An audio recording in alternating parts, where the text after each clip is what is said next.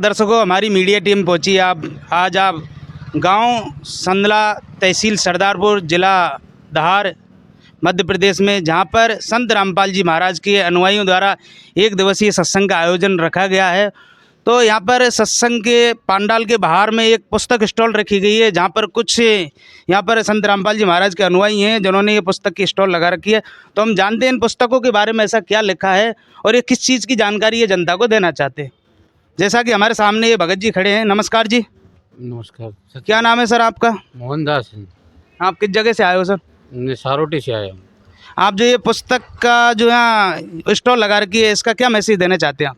ये भगत जी, जनता को हम बताना चाहते हैं कि रामपाल जी महाराज ने जो पुस्तक लिखी है ये सभी धर्मों के शास्त्र के भी अनुरूध है। मतलब इसमें लिखा है कि इसमें पढ़ो और मालिक से जुड़ो।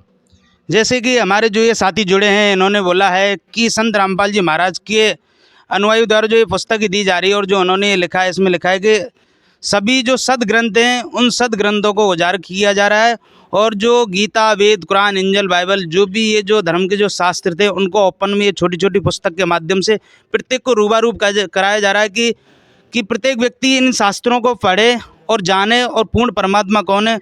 इसी प्रकार हमारे दूसरे भी यहाँ पर कुछ श्रद्धालु हैं, ये भी जुड़े हैं। आइए हम इनके भी विचार जानते हैं। नमस्कार जी। नमस्ते जी।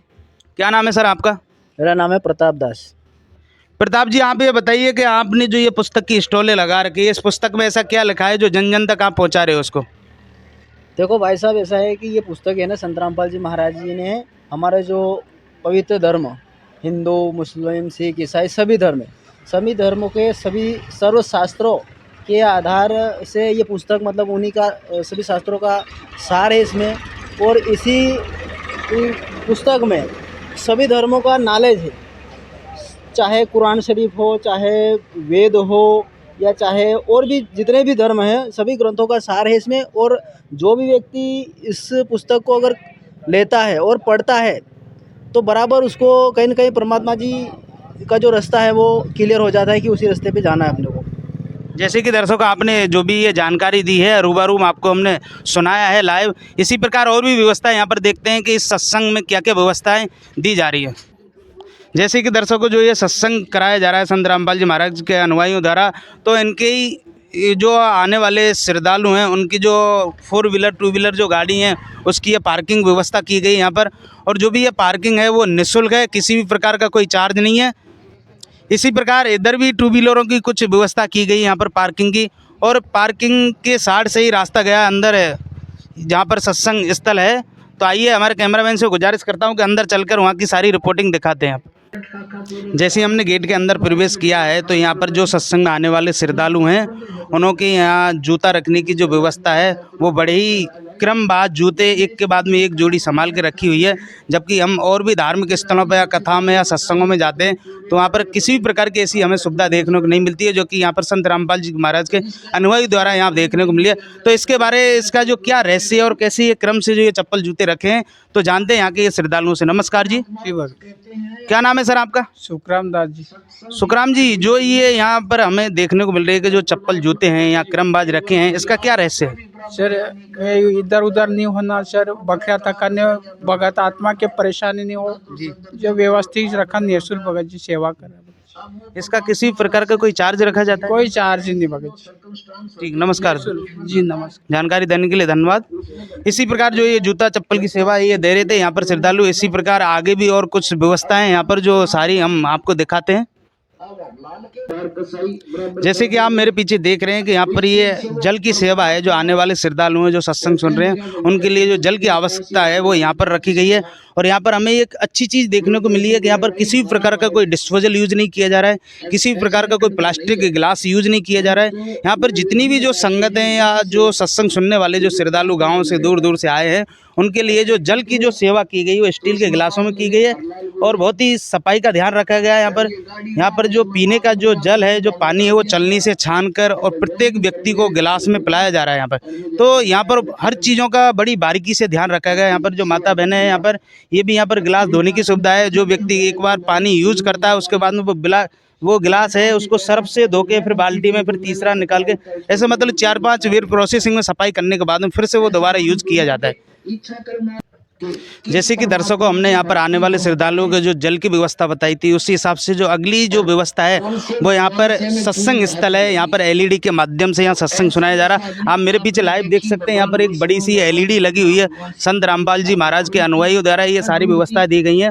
एलईडी के माध्यम से यहाँ सत्संग सुनाया जा रहा है। प्रत्येक आए हुए व्यक्ति, बाहर से माता बहनें, लेडीज हैं, जेंट्स हैं, पुरुष हैं, वृद्ध अवस्था या बूढ़े बच्चे, सभी प्रकार के सत्संग हमें देखने को मिल रहे हैं। और यहाँ पर बहुत ही अच्छी व्यवस्था ये भी मिली है कि प्रत्येक व्यक्ति एक लाइन में बैठा हुआ है। किसी प्रकार का कोई डिसिप्लिन नहीं है, किसी प्रकार का कोई शोर सपाटा नहीं है यहाँ पर। और एक विशेष बात ये भी देखी गई है कि यहाँ पर धूम्रपान करने वाले जो व्यक्ति होते हैं, उनके यहाँ बीड़ी पीने वाले या पाउच खाने वाले, बिमल गुटखा जैसे तम्बाकू वगैरह जो यूज़ करते हैं, ऐसे किसी भी प्रकार का कोई हमें यहाँ देखने को कचरा भी नहीं मिल रहा। तो खाना तो बहुत दूर की बात है।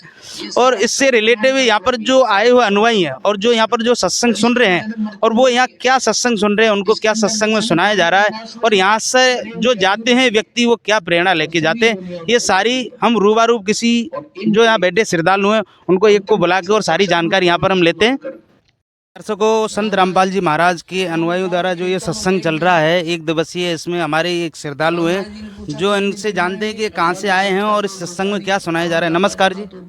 सत साहिब सर। क्या नाम है सर आपका? मेरा नाम छगन दास है। छगन जी, आप किस जगह से आए हो और क्या करते हो आप? मैं सुबह 11 बजे से इस सत्संग कार्यक्रम में सत्संग सुनने के लिए आया हूँ। जी। और मैं व्यवसाय मेरा जो है वो मैं टीचर हूँ, टीचर के पद पे कार्यरत हूँ। लक्ष्य जो है वो परमात्मा की भक्ति करके मोक्ष प्राप्त करना है। इसलिए हमारे सांसारिक कार्यों के साथ साथ सत्संग सुनना भी बहुत ज़रूरी है। वो मानव जीवन का उद्देश्य क्या है, ये हम कि सत्संग में जा कर के ही, गुरु के शरण में जा कर के, गुरु के सानिध्य में सत्संग सुन करके ही हम अपना उद्देश्य को सफल बना सकते हैं। जो यहाँ संत रामपाल जी महाराज जी के माध्यम से ये सत्संग एलईडी के माध्यम से सुनाया जाता है और हम वहाँ आकर के सत्संग ज्ञान का श्रवण करते हैं और हमारे उद्देश्यों को प्राप्त करते हैं। इस सत्संग में विशेष क्या सुनाया जा रहा है सर? विशेष क्या प्रेरणा मिल रही है इससे? इसमें संत रामपाल जी महाराज का जो उद्देश्य है वो जातिगत भेदभाव दूर करना, नशा दूर करना, यहाँ पे जो है चोरी जारी करना, मांस खाना, शराब पीना, यहाँ तक बीड़ी पीना तो ठीक, हाथ में भी पकड़ना मना है। इन सभी बुराइयों को से दूर रहना और व्यभिचार, चोरी, बलात्कार या जो भी विकार है उनसे दूर रहना और एक अच्छे समाज का निर्माण करना और उसके साथ साथ परमात्मा का ज्ञान प्राप्त करके भक्ति करना और भक्ति से हमारा मोक्ष प्राप्त करना। धन्यवाद जी जानकारी देने के लिए। जैसे कि आपने दर्शकों लाइव देखा है, जो भी इन्होंने बताया वो बहुत ही अच्छे, विशेष, महत्वपूर्ण पॉइंट थे। इसी प्रकार और भी यहाँ पर कुछ माता बहनें आई हैं, तो उनसे भी हम जानते हैं कि सत्संग में आपको क्या प्रेरणा मिल रही है। क्या नाम है आपका? राधिका दासी। आप क्या करती हो? कौन सी क्लास में पढ़ती हो? थर्ड में। आपके गुरुजी कुछ आपको सिखाते हैं? हाँ, क्या सिखाते हैं? हमारे गुरुजी सिखाते हैं कि दूसरों की चोरी नहीं करना है और गुटखा तम्बाकू पान नहीं खाना है। क्या नाम है आपका? वंदना दासी। वंदना जी, इस सत्संग में आपको क्या सुनाया जा रहा है? इस सत्संग में यह सुनाया जा रहा है कि कबीर ही भगवान है इस धरती पे। जी, तो इसका कहाँ प्रमाण है कि कबीर भगवान है? शास्त्रों में, श्रीमद् भागवत गीता में प्रमाण है कि कबीर ही भगवान है। आप बताइए, आपको सत्संग में क्या सुनाया जा रहा है? सत्य में बताया गया है कि ब्रह्मा विष्णु महेश, इनके माता पिता, इनकी माता दुर्गा है और इनके पिता ज्योति निरंजन काल है। और हमारे गुरुजी बताते हैं कि जीव हमारी जाति है, मानव धर्म हमारा है, हिंदू मुस्लिम सिख ईसाई धर्म नहीं कोई न्यारा है। सच्चा है। जैसे कि दर्शकों आपने इस बच्ची की वाणी सुनी है कि जीव हमारी जाति है, मानव धर्म हमारा, हिंदू मुस्लिम सिख ईसाई धर्म नहीं को न्यारा। इस वाणी का अर्थ है कि यहाँ पर किसी प्रकार का कोई जाति भेद, ऊंच नीच भेदभाव नहीं किया जाता है। यहाँ पर सबको एकता का समानता दिया जाता है।